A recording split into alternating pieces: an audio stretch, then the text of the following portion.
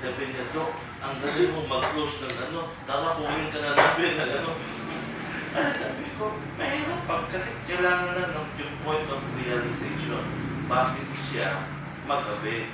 Kasi pag hindi niya naiintindihan niya, hindi siya mapupursige, di ba? Ito pa yung nakita niya po. Di ba? That is no respecter of person.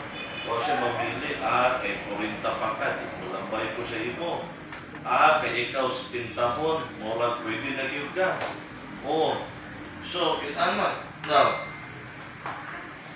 apil pangandoy sa kinabuhi. Sa una, nangandoy ka, 3-story, mansion, dako, dabi, kikibati ng kag-arthritis. Umiho din ka nga kanang bungalow type na lang. Dahil ang kanang yung ano, kasi masarap yung ano, yung master's bedroom nasa pinaka topmost floor. Pero mag-lisod na makagsaka dito, kay kadatikan nimo, musaka naman imong BP dahil inihap na lang. Okay? Mauto,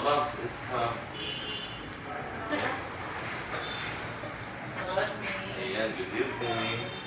By the way, ang among i-prepare na food, good for 100 persons. So, wag mo din dapat 100 na lapin ang niyo. Dubliya ang kahon niya.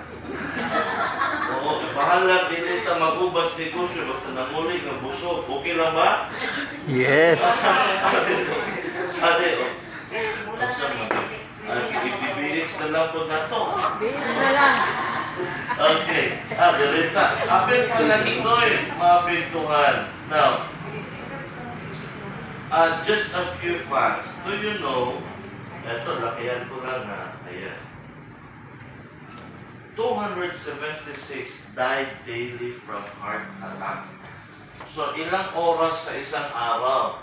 In one day, may 24 hours, so 276 divided by 24, 11 ka-Pilipino ang gakamatay kada oras. Ang atong oras karon alas 6:21. From this time to 7:21, 11 Filipinos. God forbid, I hope wala dito. Basta, hindi ko simpa ko. No? Why? Kaya nga, do not wait before it's too late. Di ba? Tapos, kaya nakamupalit itong insurance, datingan na dito. Di ba may contestability yan? Oo, sayang. Dapat, mas murang talaga, hindi ko mabalik yung insurance sa aning karoon ba? Oo, akong komisyon din na. Okay? Now, how many of you want to look 5 to 10 years younger? Hindi gusto na.